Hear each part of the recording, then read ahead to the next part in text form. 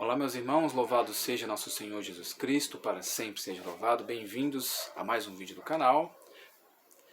E ontem eu assisti o vídeo sobre a teologia da libertação, lá do Bernardo Kister. Peço a você, depois que você tiver um tempo, reservar aí umas 2 horas, um pouco mais de 2 horas, que é o documentário, está lá no canal do Bernardo Kister. Assista, que é interessante para você entender sobre a história da teologia da libertação. Quem está por trás, as intenções, Então, é interessante entender, tá? Você, não importa se você concorda com esse canal, concorda com a direita, com a esquerda, assista o documentário para entender o que está por trás. Está muito mais além do que política, mais além do que uma divergência teológica, tá? Não é nada, é algo assim, uma outra religião, uma seita formada dentro da Igreja Católica, tá? Que a grosso modo é isso, né? Uma outra ideia de igreja, tá? Uma outra forma de se pensar no Evangelho, uma modificação no Evangelho de Cristo, muitas vezes de uma forma sutil, envolvendo verdades, como por exemplo o amor aos pobres, sempre indo nos vulneráveis, para dizer que é algo bom, tá? Mas vou dizer aqui para você, peço que você continue neste vídeo, assista até o final para entender algumas coisas. Eu já fui da teologia da libertação, mas sem saber. Tá? Mais ou menos 12, 13 anos atrás, eu participava de ministério de música, fazia algumas atividades na igreja e também ia até a Toca de Assis com um grupo de pessoas, amigos da igreja, levar alimento para os moradores de rua. Visitava o Santíssimo lá na Toca de Assis. E muitas pessoas que estavam comigo eram da teologia da libertação, usavam o anel de Tucum e tudo mais, mas eram pessoas boas, pessoas que tinham um bom coração, pessoas que queriam ajudar realmente os pobres. Não estou falando da Toca de Assis, a Toca de Assis já eram freis muito bons, Claro que muitos freis, muitas pessoas franciscanas são da teologia da libertação, mas vou dizer os níveis de conhecimento, e também níveis de teólogos da libertação, entre aspas, porque não é uma teologia. Existe uma parte de pessoas fiéis, leigos, até mesmo alguns sacerdotes que não se aprofundam no assunto e acham que é apenas algo, um movimento normal da igreja, mais um braço da igreja, que é algo venenoso. A teologia da libertação é um veneno que é injetado dentro da comunidade, dentro da igreja, que muitos não percebem. Bom, o que acontece? Existem pessoas de boas intenções, pessoas que querem realmente ajudar os mais pobres, como era o meu caso, o caso das pessoas que estavam lá comigo, de ajudar os mais pobres, os necessitados. Jesus, a prioridade de Cristo é os mais pobres, é os que precisam, tá? Mas uma coisa precisa entender, nós temos que olhar as pessoas que precisam, ajudar quem necessita, mas existem pessoas que têm condições, que têm casa, que têm comida, que têm tudo, também precisam de ajuda. Ricos, pessoas ricas que têm bom coração, pessoas ricas que ajudam o seu próximo, e pessoas pobres que são arrogantes também. Então, Cristo ama aquele que é humilde de coração. Cristo ama o humilde. Que nem vemos na leitura do último domingo, do fariseu e do cobrador de impostos, aquela leitura, que o fariseu se exalta porque ele é bom, porque ele ajuda os pobres, que ele ajuda que ele dá dinheiro, que ele é isso, que não é igual aos outros homens. Então, uma oração vaidosa, uma oração que quer dizer que eu sou o melhor que todo mundo. Deus não aceita esta oração. Essa oração não chega a Deus. Chega a Deus a oração, por exemplo, do cobrador de impostos, que ele era mal visto pela sociedade, porque ele cobrava impostos, mas era um trabalho que muitas vezes ele precisava fazer.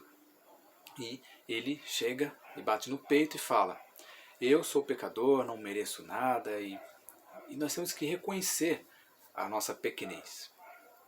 E assim como também eu trabalhei numa empresa onde fazia bolos e a dona da empresa doava bolos para os moradores de rua.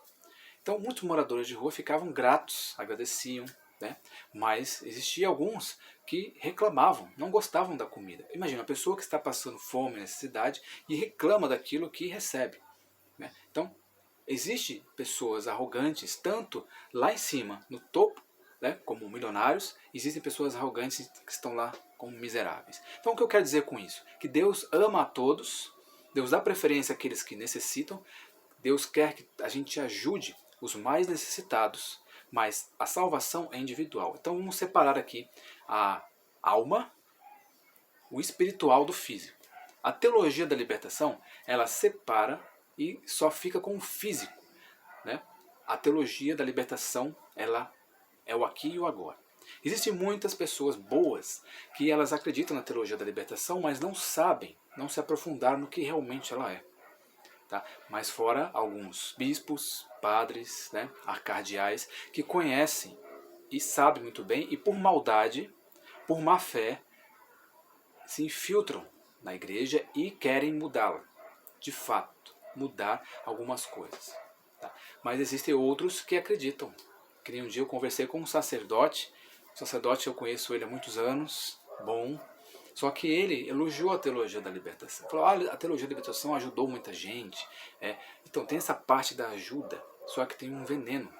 Não é uma ajuda gratuita, como muita gente pensa. E não estou falando das pessoas que ajudam os mais pobres, que não importa quem você gosta, o padre que você segue, não importa. Importa o que você acredita que você está ajudando, de coração, ajudar o pobre.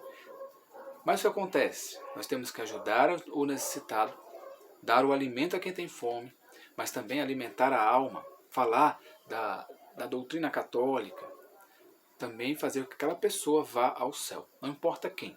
Pode ser um mendigo, pode ser um milionário, pode ser quem for, um político, mas levar essa pessoa ao céu. Primeiramente, a pessoa que passa fome, ela não vai prestar atenção na palavra de Deus porque ela está com fome. Primeiramente, alimente-a. Primeiramente, cuide dessa pessoa. E no momento, aí que pega. Quando essa pessoa já está alimentada, já tem um abrigo. Muitas igrejas, muitas pessoas têm abrigo aí para moradores de rua, né? Que era a Toca de Assis, por exemplo, que fazia um excelente trabalho. Eu não sei hoje como eles estão, né? Mas um excelente trabalho. Mas existem muitos franciscanos, que nós sabemos, que alimentam os pobres, sim, ajudam, dão abrigo, mas no momento de falar de Deus, da doutrina, da fé, da salvação, aí falam de uma outra forma. Aí que pega o veneninho. Tá? Aí que chega o veneninho. Você ajuda e a alma dele não é ajudada. Nós temos que ajudar o corpo e a alma. Então esse é o veneno, esse é o veneninho que a teologia da libertação ela coloca nas pessoas. Prega o aqui e o agora, a política, né? Você tem muito alimento, tem que ter o alimento, ajudar os pobres, dar comida. O povo está passando fome. Tá? Sim, de fato, muitas pessoas estão passando fome por conta da pandemia, por conta da economia, a gente vê depois, né? Que muitas pessoas ficaram desempregadas. Aqui em São Paulo, vou dizer para você, aqui em São Paulo, triplicou o número de barracas lá no centro de São Paulo, de famílias que nunca moraram na rua. Elas moravam em casas de aluguel e não puderam mais pagar aluguel, não puderam mais pagar uma casa e hoje moram na rua. Famílias, né? Pessoas que não bebem, pessoas que não usam drogas, que estão na rua porque perderam seus empregos. É só você ver a imagem de hoje em dia aqui em São Paulo. Aumentou o número de barracas na Praça da Sé, barracas no centro de São Paulo, porque pessoas perderam seus empregos durante a pandemia. A crise financeira da pandemia. Aí agora culpam somente uma pessoa por conta disso. Tá? É lógico, todo mundo tem algum errou, tal, mas não é uma pessoa só. Muitas pessoas erraram. Muitas pessoas não souberam lidar com a pandemia. Muitas pessoas pensaram na doença, que é importante para cuidar das pessoas, mas também devia pensar também na parte econômica para não aumentar o desemprego e destruir financeiramente o Brasil. Coisa que aconteceu e muitas pessoas estão morando na rua por conta da crise de 2020, né, por causa da pandemia. Okay? Então, os mais pobres sofrem mais, as pessoas que precisam sofrem mais, só que, vamos dizer aqui, a parte da esquerda, a teologia da libertação é um braço da esquerda, é um braço dos políticos do PT e assim por diante, que aprovam muitas coisas, aprovam as coisas que a esquerda, que a gente sabe o que ela faz. E pregam aqui agora. Que nem eu também já estudei um pouco, né, alguns meses, na Educafro. Nós sabemos a Educafro aqui em São Paulo, né, tem um frei, que agora não me recordo, coloquei nos comentários o nome dele, que é um frei que comanda, mas para você estudar você precisa fazer alguma militância, você precisa também fazer a sua parte para poder você conseguir uma bolsa de estudos. Eu não consegui bolsa de estudos, né? Depois, mais tarde, eu deixei essa Educafro e fui estudar com o meu dinheiro mesmo, com o meu trabalho, e eu fiz uma faculdade, né? Faculdade de administração. Isso eu terminei em 2013, essa faculdade. Então, mas fiquei alguns meses na Educafro, aí tinha lá professores, muitas pessoas lá eram pessoas comuns, pessoas da comunidade. Eu moro na favela, eu moro na favela, né? Pode dizer que é favela aqui em São Paulo, perto do Jardim Ângela, e essa Educafro, essa parte de ensino da Educafro tinha aqui, não sei se ainda existe, né, aqui no Jardim Ângela, né? Então muitas pessoas, vizinhos meus, foram lá estudar, só que acabaram muitos, a grande maioria não conseguiu faculdade, não conseguiu fazer a faculdade, né? Não conseguiram nada. Teve o ProUni e tudo mais, tentei tudo isso, não deu certo, tá?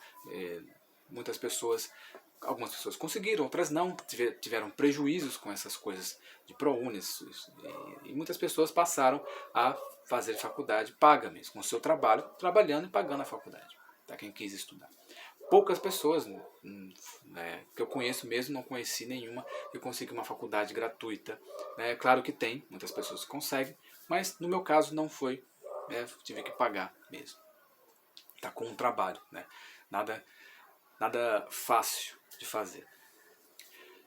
E tinha que, lá na Educafro, você tinha que fazer a passeata, né? Você tinha que, por exemplo, no dia 7 de setembro tem o Grito dos Excluídos, que você vai às ruas, que é totalmente esquerdista, mas na época eu não sabia de nada disso. Na época, vamos lá, o pessoal excluído, vamos gritar, e a grande maioria do povo, que nem gado, os alunos, não sabe de nada, só vai lá porque quer ganhar dinheiro, quer ganhar a bolsa de estudo, então não quer pagar a faculdade, vou fazer o que eles querem. Também já participei de comícios aqui do meu bairro, quando os políticos vinham aqui, né, políticos de esquerda. Aqui já veio no meu bairro a Marta Suplicy, teve a época do Celso Pitta, e chamou, vamos lá participar, aí chamava uns 2 ônibus, e prometia na época R$5 para cada um e um lanche. Aí o pessoal ia. Na época R$5, nunca deu muita coisa R$5, mas na época dava um pouco mais. Mas as pessoas iam. Prometiam às vezes cesta básica, prometiam às vezes alguma coisa. Então prometia alguma coisa até hoje, né? O PT, para as pessoas irem, hoje eles sempre prometem alguma coisa. Prometem um dinheiro, ou então um lanche, ou então uma cesta básica, alguma coisa assim, né? Então sempre foi assim. E a teologia da libertação esteve também por parte ajudando a política também, a política de esquerda. Tá? Por conta que nem no documentário, assisto o documentário do Bernardo Kister, que historicamente a esquerda teve força aqui no Brasil por conta da teologia da libertação, por conta de padres, de bispos que ajudaram o PT crescer. Se não fosse a igreja, uma parte da igreja católica, o PT não teria chegado aonde ele chegou, não teria chegado à presidência da República com Lula, não teria nada acontecido se não fosse com a ajuda da igreja. Tá? Infelizmente essa é a realidade. Então, existem os níveis. Vamos acordar as pessoas, né, com educação, com amor, né, que não é bem o que parece as coisas. As coisas não são exatamente o que parece. Tá certo? Que as pessoas ouvem falar, olha, não vamos votar no genocida, não vamos votar nisso, mas quem foram os genocidas de verdade? Né? O que é um fascista? Né? O que é um genocida? Então, pesquise por você mesmo e compare a realidade. Não veja o que as pessoas falam. Não confie apenas nesse canal, não confie no que você está assistindo, no político que você está ouvindo. Pesquise a verdade dos fatos, tá? Para você entender o que realmente está acontecendo. Antes de você criticar, antes de você achar que nós estamos mentindo, tá? Pesquise. Pesquise. Então, que Deus abençoe você e até o próximo vídeo.